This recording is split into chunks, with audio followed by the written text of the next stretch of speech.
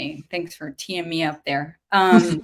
So I love that she said begin with the end in mind, because that's exactly what you do need to do when you have a company like North Star helping you with that retirement plan and you kind of know where you want to be.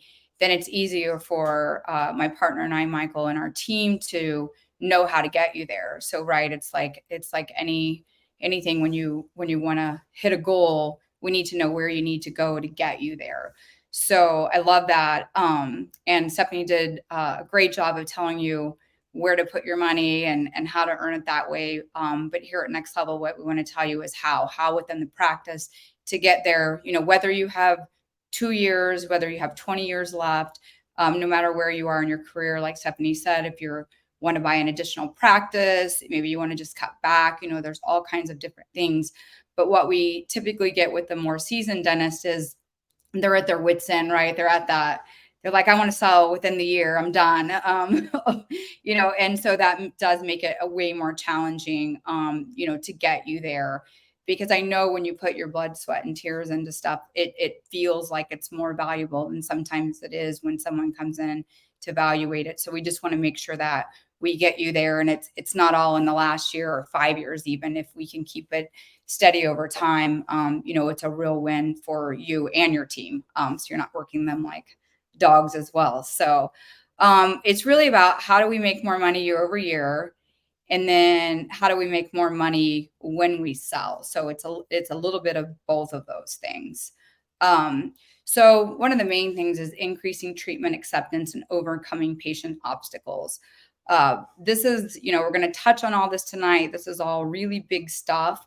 But the main goal is, especially with social media today and the way, the loyalty that patients are a little bit different than the way they used to be. It's really connecting with patients and creating that relationship. Has always been like that, but it just looks a little bit different now. And some of the ways that we're going to go through is mastering your enrollment skills. So how do I connect with these patients differently than anyone else? How can we be different? How can we do this? And again, I think it's really all about creating relationships.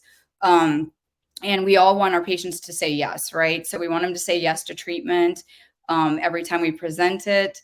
And we're hopefully never diagnosing something that somebody doesn't need. So whether we call it sales, enrollment, whatever we call it, the goal is to help them understand what we know they need more than they know they need. So it does take a lot of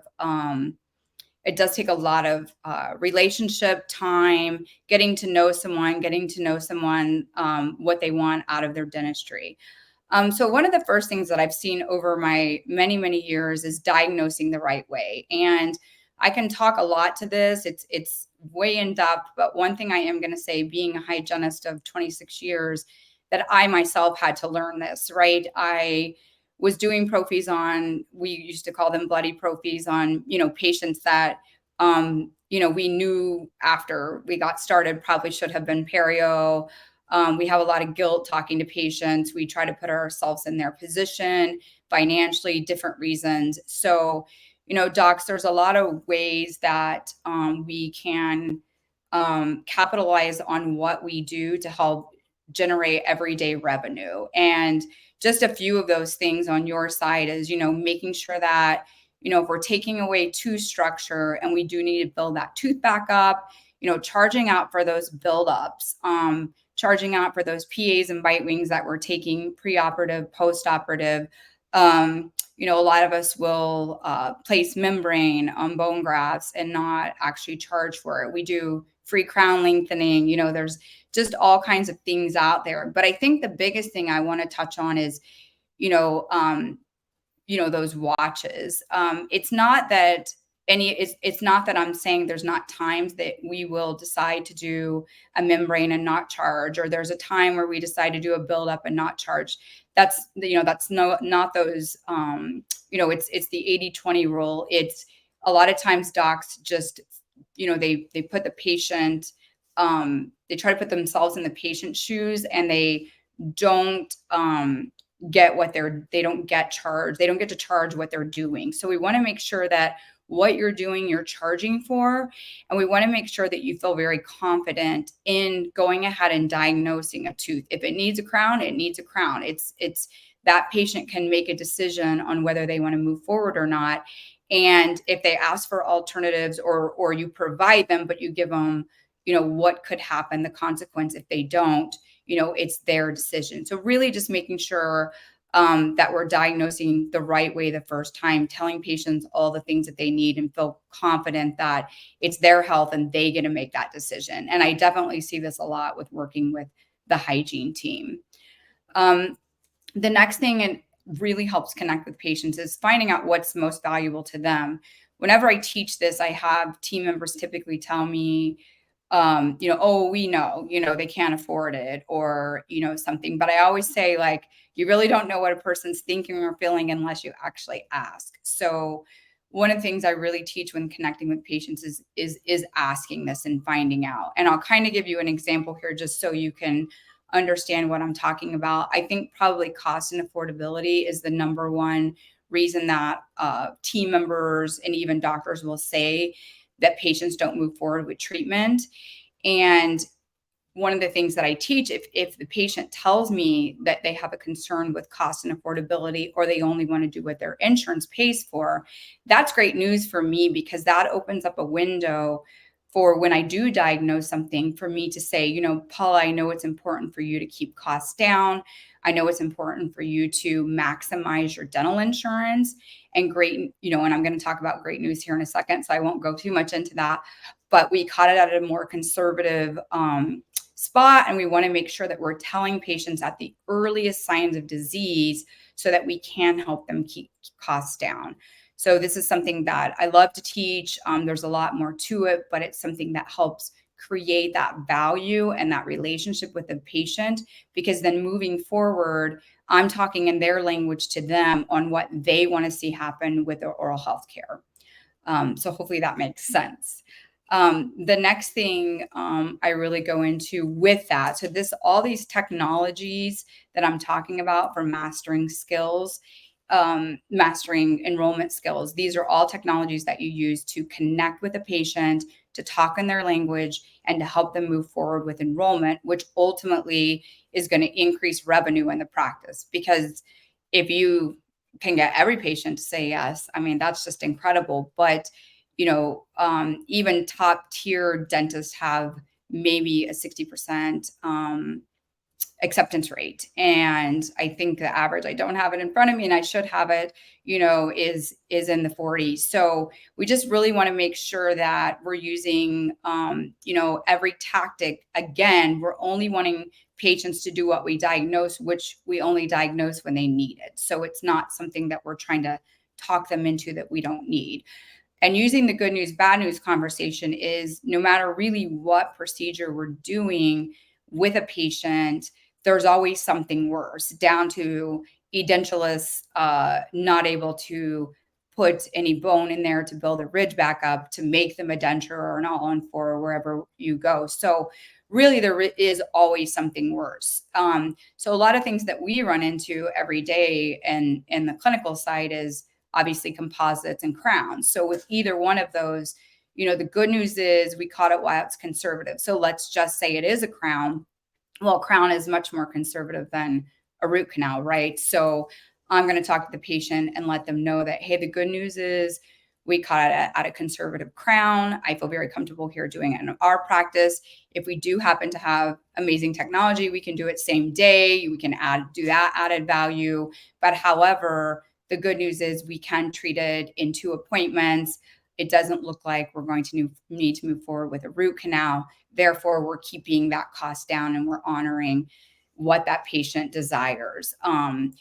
So it's always really just, again, going toward what they said they wanted, how we can help them, and then creating that value around it. Again, just another form of technology is the problem consequence solution. So really the 3 of these go hand in hand. And this is how we fill our schedule. This is how we get patients to say yes. We're talking about problem consequence solution. So it depends on what the problem is. We want to make sure that they know the consequence and then the solutions that you can provide. Dentists are usually pretty good at this. What I find probably the most challenging here is maybe not giving them too much depth on the solution. Again, we want to match and mirror. We want to learn our patients. We want to talk in their language so that we're maybe not over educating them, and we're able to provide information that they can process in the way that they process, whether that's visual or verbal or drawing the diagrams that dentists love to do. The other thing is really knowing what the problem is. So, for instance, I've worked with Invisalign forever, speaking for them as an independent contractor. And, over the years, I've really learned a lot about abfractions. When I was in hygiene school 26 years ago, it was always toothbrush abrasion. And, what we have found now that a lot of those abfractions are really from trauma, a bad bite. And so the problem isn't really the abfraction. The problem is the bad bite. The consequences are the abfraction, and the solution, the ultimate solution, would put them in some kind of orthodontic treatment. Therefore, when we did do those class 5s, we're able to have a better success rate with those. So I'm trying to build on this and show you guys how all of this stuff really helps you connect with your patients in order to get them to say yes and schedule the recommended treatment.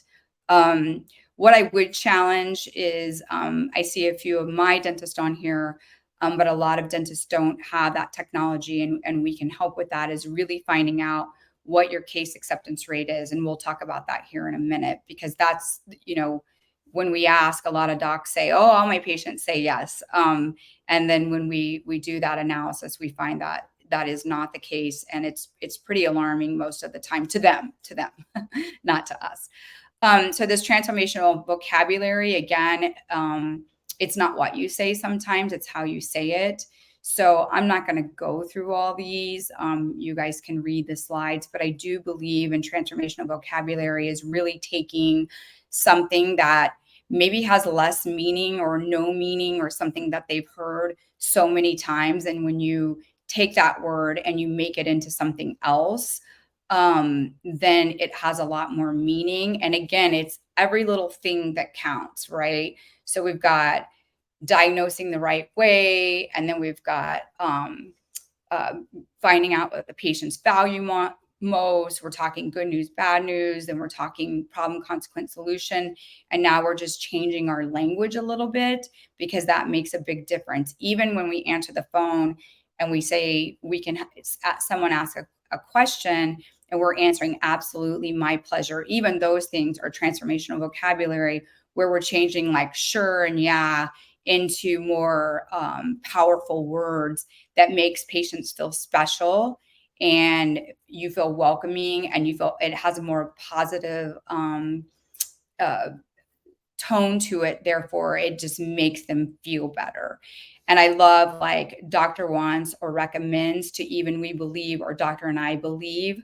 The last one, you should or doctor would, in order for us to take the very best care of you. I think that sentence comes out of my mouth every time I coach, is us taking the very best care of our patients. Time management. The next slide I'm going to get into, or a couple slides I'm going to get into, is block scheduling. So I'll try not to jump ahead a little bit, but it's really managing that time, both from the hygiene chair and the doctor chair.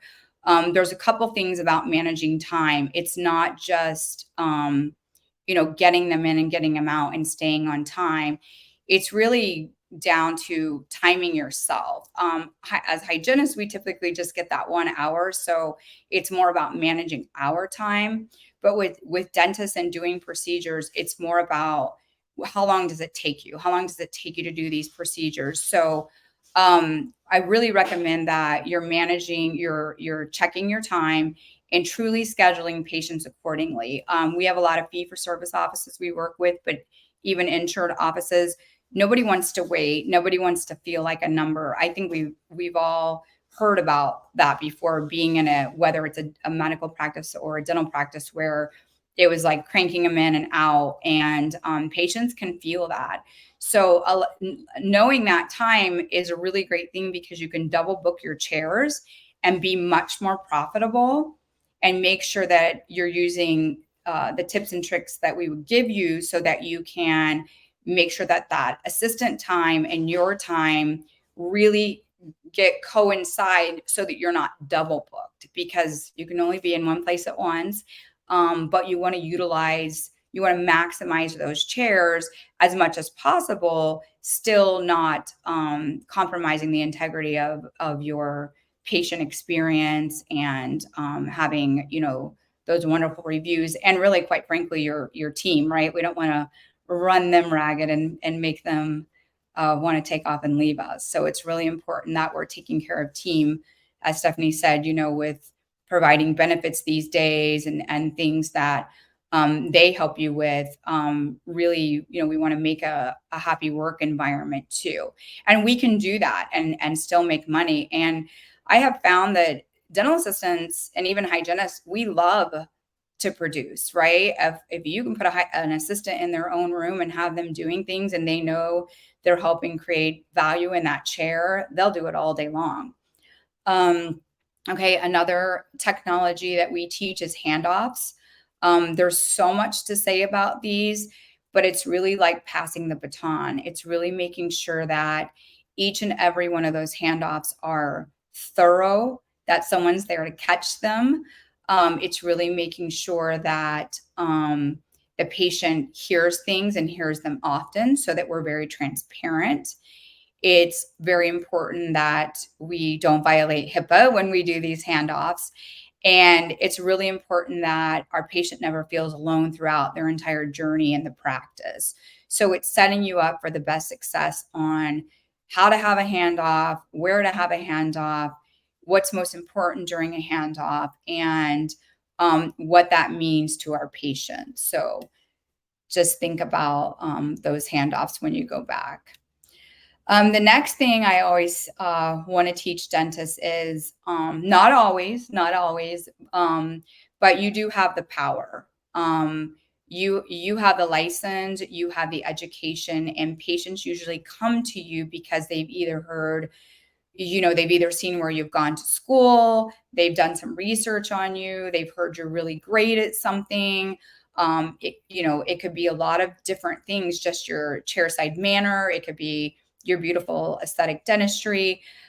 So what we want to make sure is that when the patient is getting rescheduled back, that you are letting the assistant, the front office, the hygienist, you're giving that permission back to them to schedule. So I know it sounds funny, and you'll have a handful of patients that won't care. As a matter of fact, they'll love me more than you, and you'll leave and they'll be like, oh, I'm so glad he's gone. I got to talk to Paula.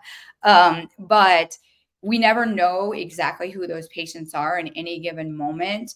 And so I think just making it a habit in your practice to where you say, Paula, I would like to see Stephanie back. I won't use my name twice. Could you get her scheduled? And there's a little more to that, which is my second piece. So I'll go ahead and go there, and then I'll finish passing the power. But it's really, Paula, can you get Stephanie scheduled back on the schedule for that crown that I recommended in the next, week, or 2 to 4 weeks, or 3 to 5 weeks? It depends on what your schedule looks like. So urgency doesn't mean tomorrow. Urgency doesn't mean emergency. Urgency means you're putting some timeline around it, so the patient doesn't hear tomorrow, or they don't hear 6 months from now. They have the doctor telling a team member, giving them permission to get them back, and then telling them in the time frame they would like to see them. It does a world of wonders. So again, we're just building on top of these technologies, these skills that all improve your enrollment skills and get more case acceptance than you're already getting. And then team. Gosh, there's nothing better than team. So utilize them.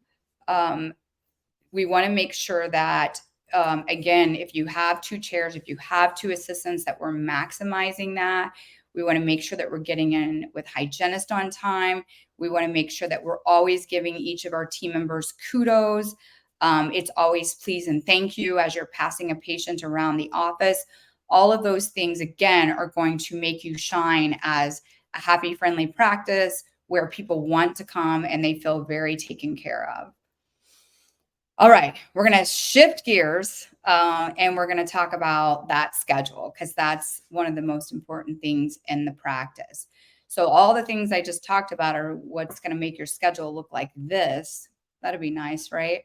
And we want to maximize that schedule and be very efficient in doing it because it's never fun running from chair to chair and having somebody sit there for 30 minutes just waiting to even be numb. So there's a whole skill behind how do we have multiple columns and maximize our team members without wearing them out and making them hate us and making our patients hate us and all of the above.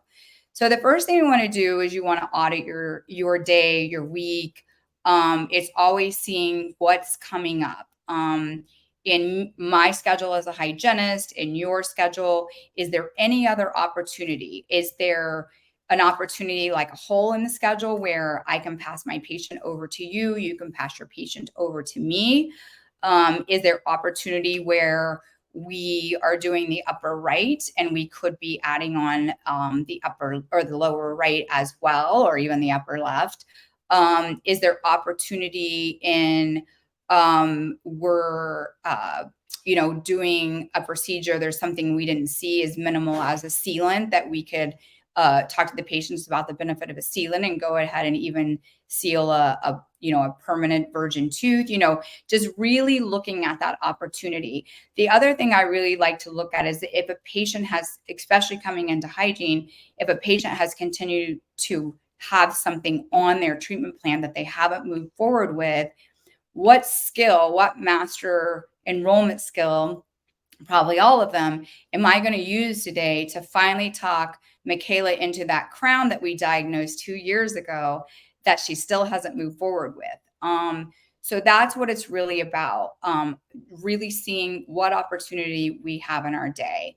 How do we talk about that opportunity in our morning huddle? If we're not having a morning huddle, we should. If our morning huddles aren't productive or people aren't showing up, I like to say why, what's causing this? Because a lot of times they don't see them as productive. Like we're getting in there and we're reading off the schedule, or, Stephanie isn't showing up, or, Dr. Fu, sorry, Dr. Fu, just playing with you, he's not paying attention, or maybe he's always the one leading the meeting. There's a lot of things in a morning huddle that can make people not interested. So I'm a firm believer in a protocol around this, team participation. But the most important thing is being prepared for this, everyone being present, and being intentional, making it quick, sweet. And it's really about our patients. How do we make our patients' day better? How do we prevent bottlenecking? And how do we make our day great? So morning huddles can really do a lot. So if you're not doing them, I definitely highly encourage them. The only reason I have this in here is not for you guys to have to read my template. It's really just this is really about being efficient. And the tighter our templates are, the more we have for every procedure in our practice, the quicker we can move on to the next patient. Also protection, right? So we want to protect ourselves. We don't want to have a liability against us because we didn't put our notes in all day and then the night comes and we're tired and we go home and we say we'll do it the next morning, and then the next morning comes and we're off with the race. And so really, if the more we can make these templates pretty perfected, now we're just adding in little things about that particular patient. You could also read these off to your dental assistant. I think ultimately you're responsible.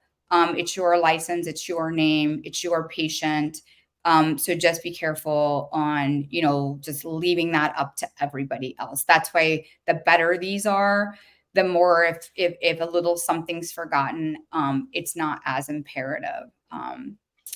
Another way to be efficient, we call them cheat sheets. Again, depending on your practice, these look a little bit different. And Next Level, we help you customize these. And the purpose of these is quick decision making.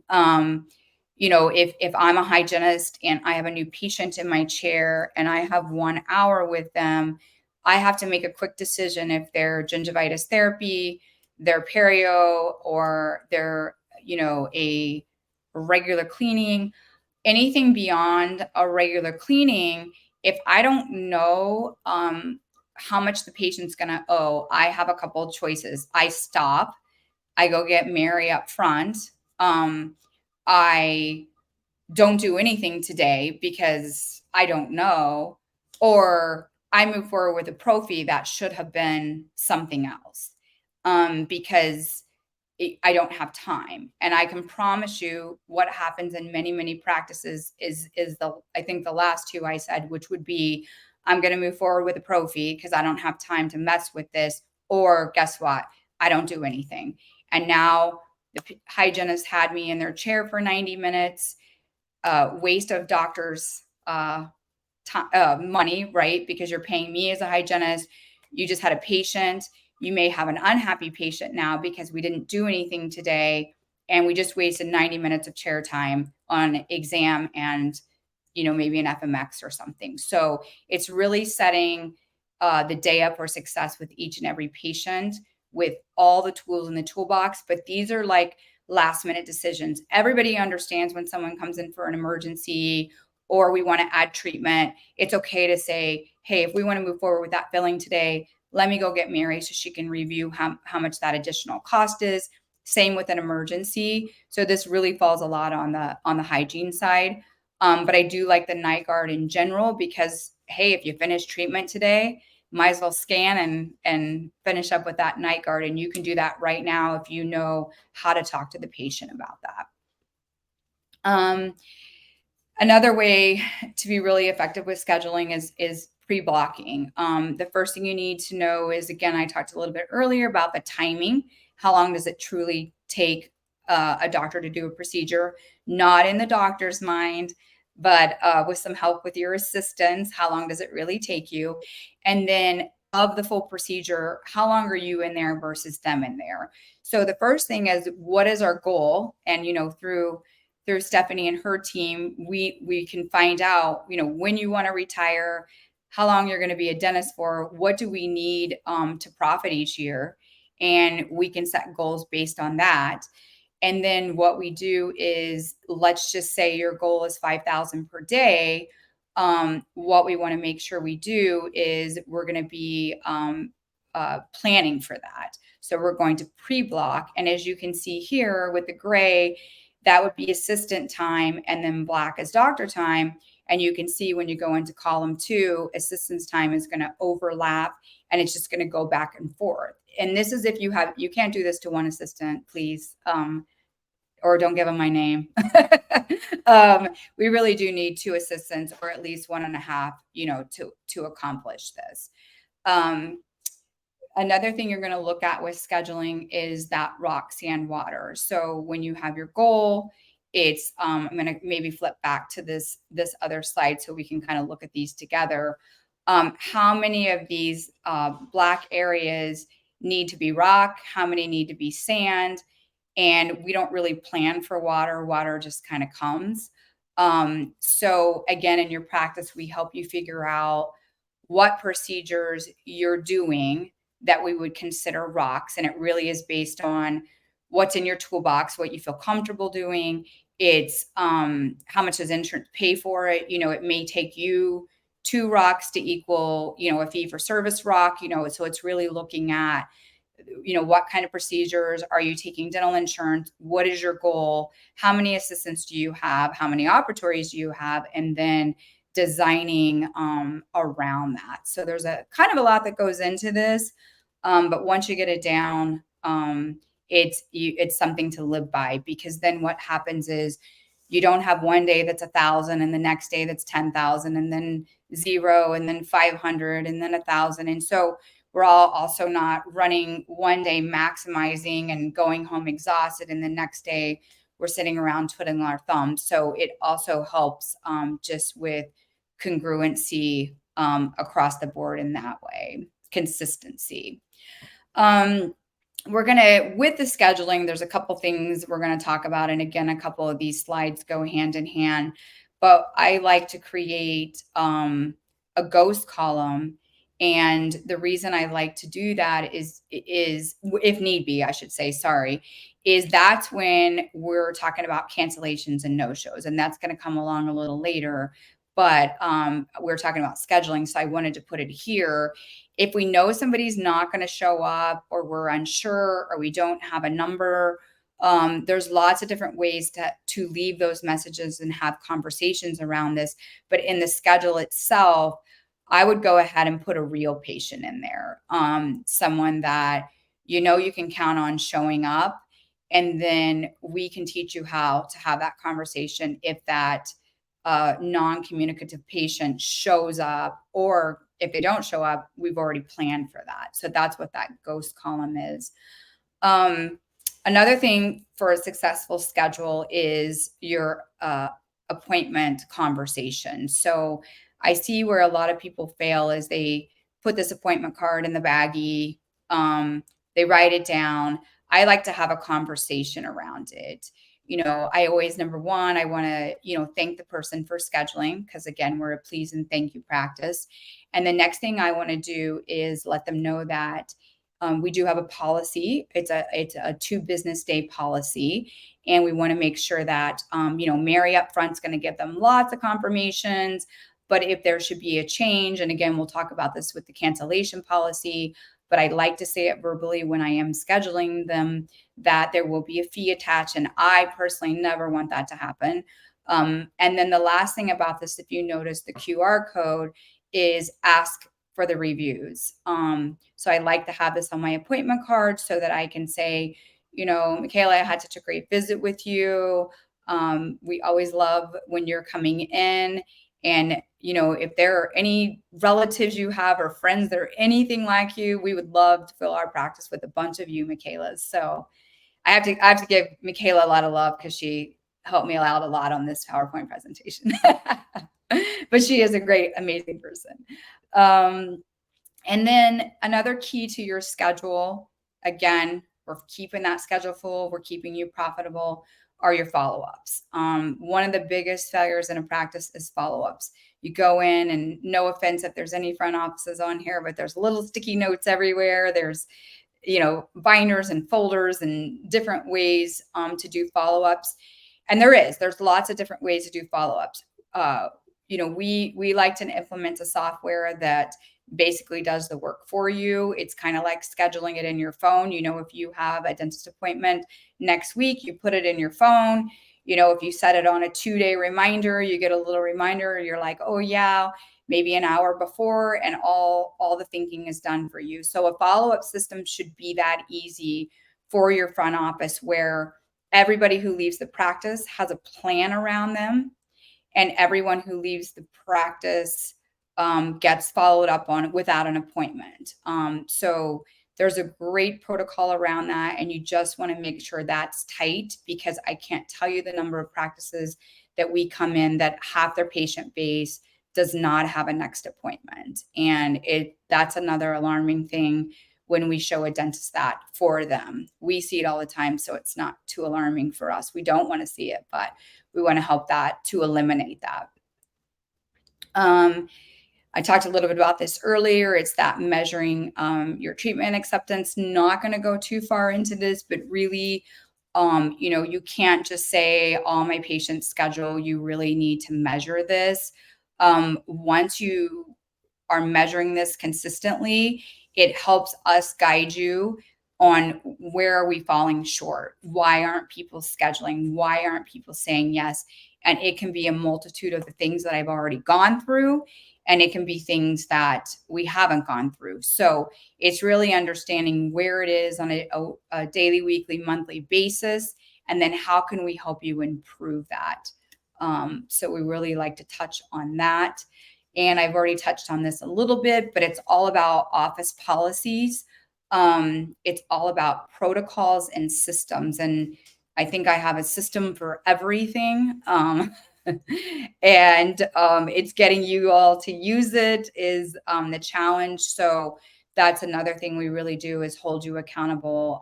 We introduce these things and then we help your team.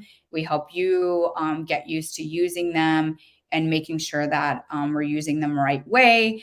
And then we're measuring. And if it's not successful, what do we need to change in order to make that? So looking at your percentage of failed and missed appointments, your office policy, see how, again, every little bit counts on all of this. Every time we get a person back on the schedule, every time we keep somebody on the schedule, this is a win for us. And that, again, is generating cash flow through the practice and paying for all the overhead and then helping us be profitable at the end. And again, this just goes right along with that, the whole confirmation process. The only thing I really want to say about this is we help a lot with this. There is a rhythm around it. It's consistency. It's again, it's not always what we say, it's how we say it. So we want to make sure that everybody's walking the same walk. And then the last thing is we've become a digital world. So we do want you to be careful relying on just digital. I know that we're trying to free up your front office team members' times for other things, which is great. So this is great that this we do have digital ways to do this now, but it's not the holy grail. We still need to have that personal touch, and we have a system around, again, if that's not working. Late and cancellation policy, same thing, reducing those no-shows in the schedule. Want to make sure that we're having a conversation with that and helping you with those protocols. And last but not least, Michael, my partner's not, I think he's in the chat, he's around. This is one thing he's great at, is knowing that bare minimum that you need to make to put the key in the door, knowing that bare minimum that you're willing to take home, because we want you to get paid first. And then knowing what can get you where you want to be with Stephanie and her team on starting to invest that profit and year over year while you own, so that you can enjoy the life that you work so hard to have. Set yourself up for success, but then at the end, when you sell, really getting out of it what you put in it all those years. So just want to make you successful all the way around. All right, I believe it's time to pass that back to Miss Stephanie. Perfect. And that was a perfect segue into that last piece, because I think, again, it doesn't matter what time frame you're at, if you're just getting started, if you're in the middle, or if you're finally at that point to sell in the future. And I think that's one of the things is, as you can see, getting to that last piece, which is the decide factor, is that you've been doing it for 20, 30 years, maybe longer. And the goal is really at some point to actually pass the baton, make the money, and kind of ride off into the sunset. But at the same time, as she mentioned literally in the last slide, is a lot of it has to do with what your needs are going to be and what you're really trying to get out of the practice. And so it brings up all the things that she just mentioned, all those different types of things, the systems, the processes, those tweaks here and there. That's what's going to be able to have outside people, if that's who you're selling to, be able to look and say, this is a transferable practice. This is a practice that we can spend a high multiplier on, because it's not going to take us a lot of time to build in those processes.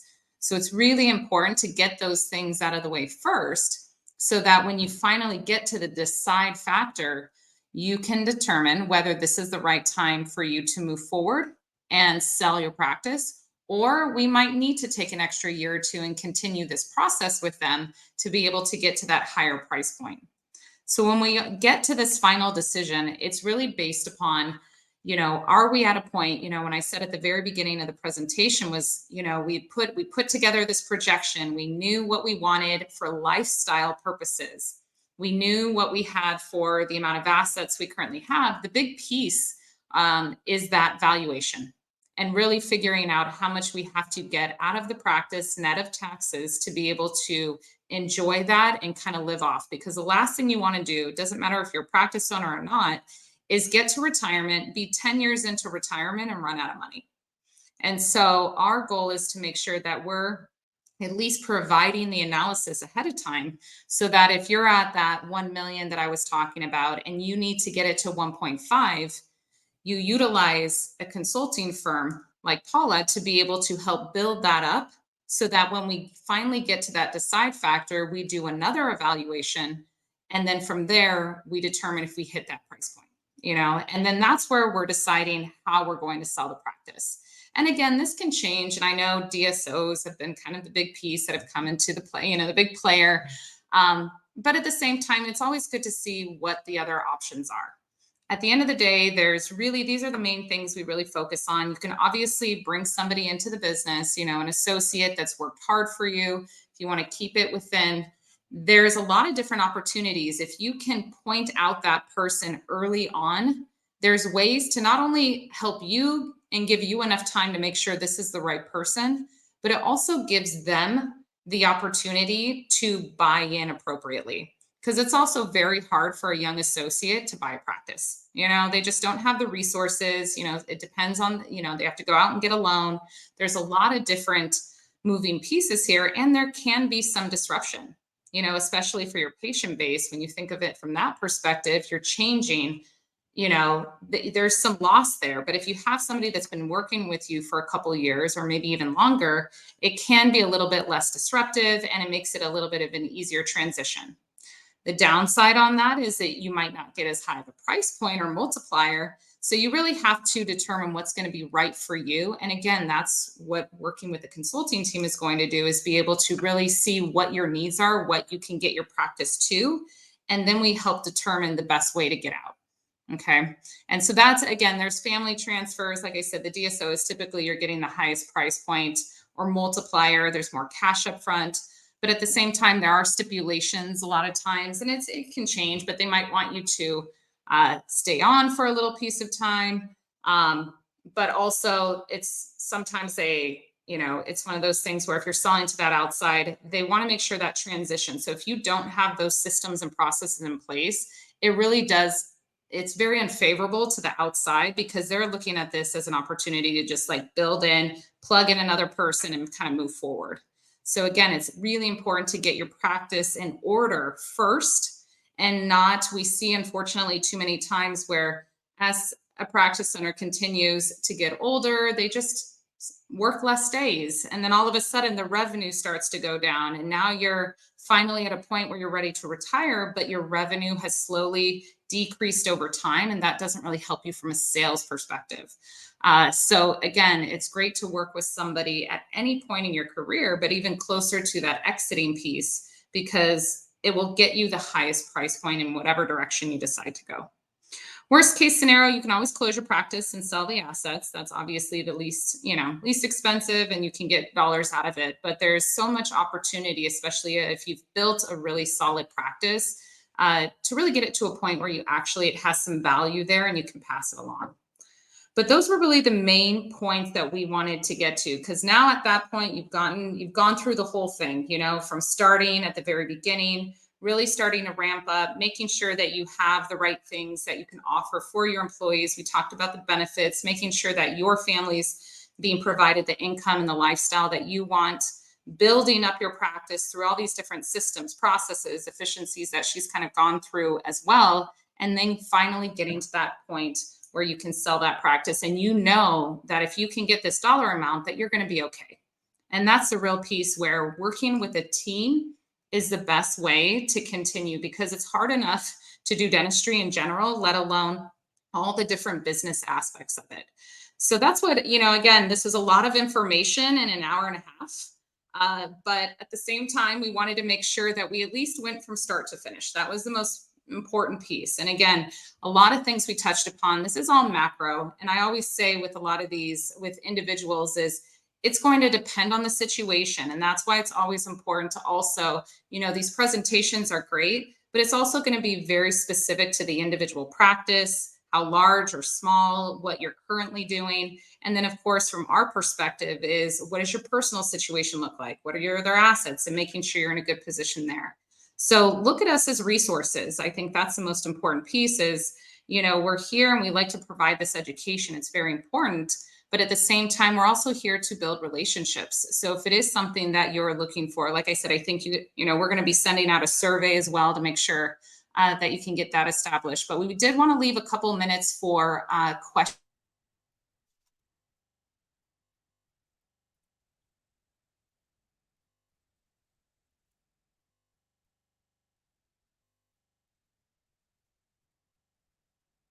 I don't know if it's something that they can speak. So if you have a question, you can go ahead and put it in the chat box, and we're happy to answer. We also have our information on there that you can reach out to either one of us, and we're happy to answer any questions privately. And I think the last thing is, as Stephanie said, you'll be getting a survey, which will then, once you answer that survey, you'll be provided the CEs for the evening.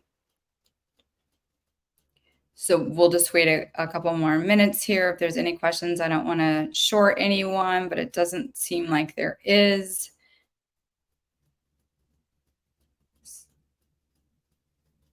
Okay, so I think we're probably safe to conclude. Again, thank you all for joining us. We hope you got some, how much cash reserve do I need for the practice? Well, I think Stephanie's on mute, I think, but I will say there's a lot, as you can see, Dr. Fu, that goes into that tonight. It's not just a simple question. So I think we're happy to connect you. 6 months. How much cash reserve do I need? Yeah, it's Got you. So that's Michael what I just was saying. answered there. 2 months overhead. Did you see that, Dr. So Fu? that 6 to 8 weeks, 2 months, same thing. That's exactly what we typically see. I know a lot of people do carry a little more cash just because, again, it depends on the volatility of the practice and so forth. But that is something that will very much depend. But rule of thumb is about 6 to 8 weeks. Formula for practice valuation. There is a lot more. We have a team that actually does that. And that's actually something that Michael does as well. So not to tee him off. I know he can't obviously speak, but there's a lot more. I don't know. He's doing really well in the chat box. So, his quick. Yeah. But we actually work with a team that does, it's a much bigger formula than just kind of just talking out loud. But a lot of times for an informal valuation, we're looking at current assets, liability. So it's like balance sheet, income statement. We'll look at two of the last tax returns. And this is for an informal valuation. Okay. So this just gives you a little bit of a price point of what to go off of. But if you're doing a more formalized valuation, honestly, that's something Michael, I was about to say too much to text. That is actually something that Michael does for their team as well, and helps a lot of our clients is putting together that formalized valuation. But those are some of the things that we'll collect to be able to put those into kind of the different calculator and to form that analysis. And then typically we can give an output of, about 10 pages worth of information that can give you an asset, like if it's an asset sale, an equity sale, like there's all different methods. It's not just one method. And everyone, feel free to reach out to either one of us, or Michael has the same email as me. It's just Michael in front of it. So whatever makes you feel most comfortable. I think if you go on our websites too, you can find how to just reach out to us. So we're happy to help. Dr. Fu's got another question. I'm not really sure. 4, 5, 6, or the multipliers. Oh, it's such the multipliers. It's honestly, they are the highest, I will say, but a lot of this does come down to the practice as well, unfortunately. So they're giving the highest price point for sure. But like I said, when we put that slide together, when it was kind of that 3 to 8 times. A lot of it is determined, like I said, you can have two practices that literally have the same level of revenue, but be on completely different spectrums just because of the way that the practice is internally. So it really is, I hate to say it depends all the time, but that's where we look at your specific situation and then work with the team to help give you a better idea of what yours specifically looks like.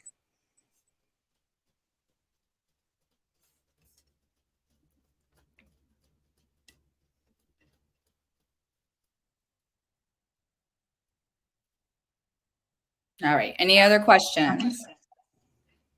I felt like I had that, you know, when you're hitting the gavel, like it's about to go, and then someone's like, $500. Wait, hold on. All right, awesome. Thank you all. We really enjoyed it. And again, reach out if you need anything, and then your questionnaire will come to you. Once you fill that out, you will receive your CEs. All right. Have a great night. Thanks, Michaela. Thanks, Dan. He's behind the scenes, helped out. Stephanie. Thanks, all right. guys. Michael, thanks for jumping in there.